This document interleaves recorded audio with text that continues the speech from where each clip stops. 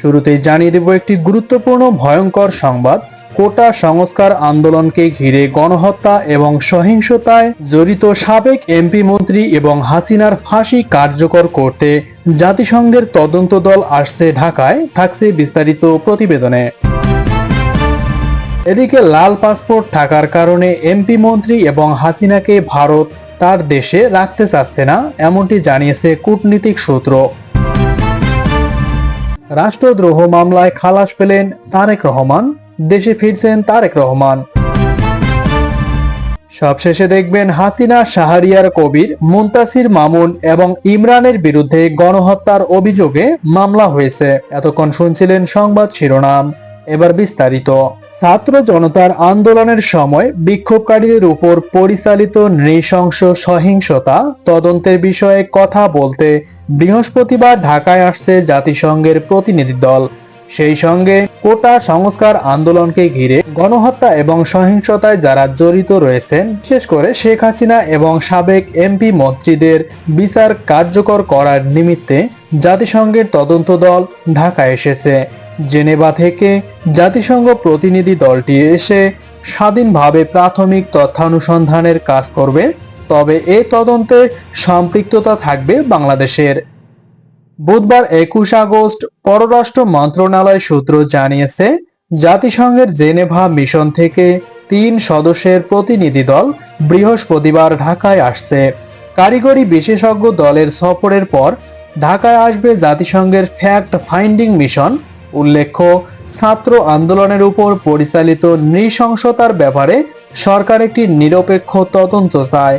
এ সরকারের অবস্থান খুবই পরিষ্কার এবং স্বচ্ছ।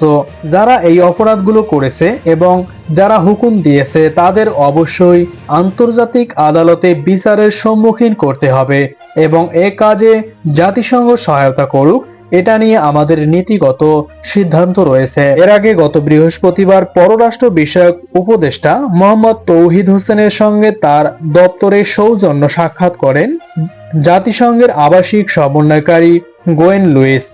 জাতিসংঘ তথ্যানুসন্ধান মিশনের বিষয়ে পররাষ্ট্র উপদেষ্টার সাথে আলোচনা হয়েছে কিনা জানতে চাইলে এ কর্মকর্তা সাংবাদিকদের বলেন, খুবই সংক্ষিপ্ত আলোচনা হয়েছে। গত বুধবার অন্তর্বর্তীকালীন সরকারের প্রধান উপদেষ্টা ডক্টর মোহাম্মদ ইউনূসের সঙ্গে টেলিফোনে আলাপ করেন জাতিসংঘের মানবাধিকার বিষয়ক হাই কমিশনার ভলকার তুর্ক। তারা জাতিসংঘের নেতৃত্বে তদন্তের বিষয়ে সম্মত হয়েছেন।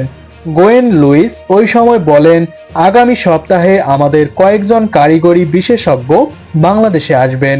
তারা এসে প্রাথমিক তদন্তের জন্য কাজ করবেন। তাদের ম্যান্ডেট কি হবে, কিভাবে তারা সরকারের সঙ্গে কাজ করবেন, এ বিষয়ে আরো বিস্তারিত আলোচনা হবে। প্রধান উপদেষ্টার ফোনালাপের প্রসঙ্গ টেনে তিনি জানিয়েছেন, জাতিসংঘ প্রাথমিক তদন্ত দলটি আগামী সপ্তাহে এসে প্রাথমিক তদন্ত কাজের পাশাপাশি তাদের কাজের পরিধি, কাজের সময়সীমা সহ নানা বিষয়ে আলোচনা করে তা চূড়ান্ত করবে।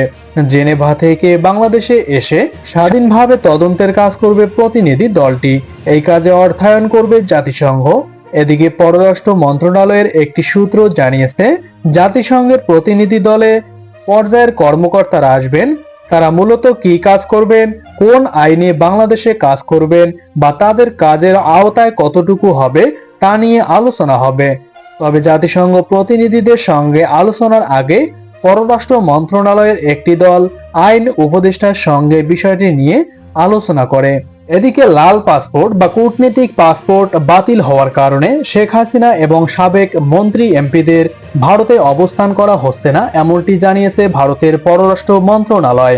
বাংলাদেশের সাম্প্রতিক ছাত্র জনতার গণ অভ্যুত্থানে আওয়ামী লীগ সরকারের পতনের পর শেখ হাসিনা এবং সাবেক মন্ত্রী এমপিদের নামে বরাদ্দ কূটনৈতিক পাসপোর্ট অর্থাৎ লাল পাসপোর্টটি বাতিল করতে যাচ্ছে অন্তর্বর্তীকালীন সরকার। এ বিষয়ে প্রয়োজনীয় ব্যবস্থা নেওয়ার প্রক্রিয়া শুরু করেছে সরকার। 2-1 দিনের মধ্যেই হয়তোবা পতিত সরকারের সাবেক মন্ত্রী এমপিদের নামে ইস্যু করা লাল পাসপোর্ট বাতিল করতে আদেশ জারি করা হয়েছে। এই লাল পাসপোর্টটি বাতিল হলে ভারতে অবস্থান করতে পারবে না সাবেক প্রধানমন্ত্রী হাসিনা এবং অন্যান্য এমপি মন্ত্রীরা। লাল পাসপোর্ট বাতিল হলে যেসব সাবেক মন্ত্রী এমপির নামে ফৌজদারি অপরাধের মামলা রয়েছে বা যারা গ্রেপ্তার হয়েছেন তাদের সাধারণ পাসপোর্ট পেতে আইনি প্রক্রিয়ার মধ্য দিয়ে যেতে হতে পারে বলে সংশ্লিষ্টরা জানিয়েছেন। গত 5ই আগস্ট ছাত্র জনতার আন্দোলনের মুখে দেশ ছেড়ে ভারতে পালিয়ে যান প্রধানমন্ত্রী শেখ হাসিনা। ইতিমধ্যে তার সরকারের কয়েকজন সাবেক মন্ত্রী এমপি গ্রেপ্তার হয়েছেন। কেউ কেউ গ্রেপ্তার এড়াতে সরকার পতনের আগেই বিদেশে পাড়ি জমিয়েছেন।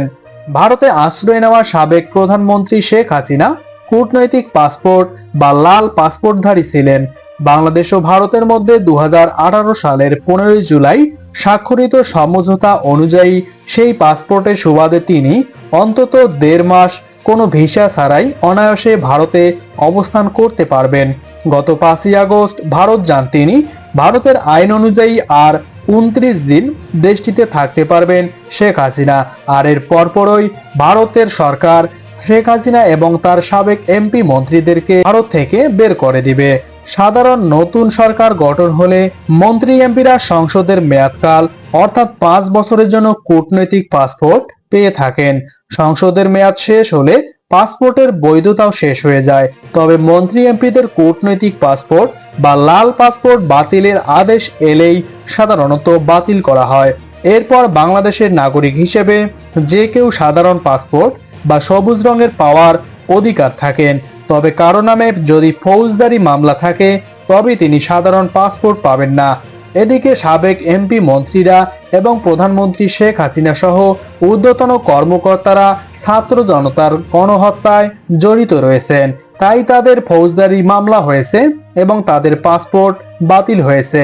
সাবেক পররাষ্ট্র সচিব শহীদুল বলেন, সংসদের মেয়াদ শেষ হয়ে গেলে বা সংসদ ভেঙে যাওয়ার সঙ্গে সঙ্গে কূটনৈতিক পাসপোর্টের বৈধতাও শেষ হয়ে যায়। এদিকে রাষ্ট্রদ্রোহ মামলায় পুরোপুরি খালাস পেলেন তারেক রহমান। বিএনপির ভারপ্রাপ্ত চেয়ারম্যান তারেক রহমানকে নোয়াখালীর আদালতে দায়ের হওয়া রাষ্ট্রদ্রোহের একটি মামলায় খালাস প্রদান করেছে আদালত। বুধবার নোয়াখালী অতিরিক্ত জেলা এবং দায়রা জজ আদালতের বিচারক মোহাম্মদ নোমান মহিউদ্দিন খালাসের এই রায় দিয়েছেন। আদালতের পরিদর্শক মোহাম্মদ শাহ আলম বিষয়টি নিশ্চিত করেন।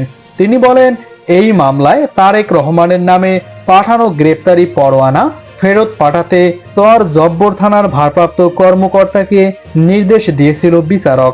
এর আগে গত রোববার 18 আগস্ট বিকেলে তারেক রহমানের বিরুদ্ধে মিথ্যা মামলা প্রত্যাহার করতে বাদী অ্যাডভোকেট ওমর ফারুকের বিরুদ্ধে ঝাড়ু এবং জুতা মিছিল করেছেন সুবর্ণচরের বিএনপি নেতাকর্মীরা। এ সময় ইউনিয়ন পরিষদ থেকে ওই চেয়ারম্যানের বহিষ্কার সহ তাকে আইনের আওতায় আনার দাবিও জানানো হয়। জানা গেছে 2014 সালের ডিসেম্বরে লন্ডনের একটি অনুষ্ঠানে সাবেক প্রধানমন্ত্রী শেখ হাসিনার বাবা শেখ মুজিবুর রহমানকে নিয়ে বক্তব্য দিয়েছিলেন বিএনপির ভারপ্রাপ্ত চেয়ারম্যান তারেক রহমান। পরে 2015 সালের 28 ফেব্রুয়ারি সুবর্ণচর উপজেলা আওয়ামী লীগের সভাপতি এবং চর জব্বর ইউনিয়নের chairman advocate Omar Faruk Noakhali chief judicial magistrate আদালতে তারেক রহমানের বিরুদ্ধে ওই মামলা দায়ের করেন।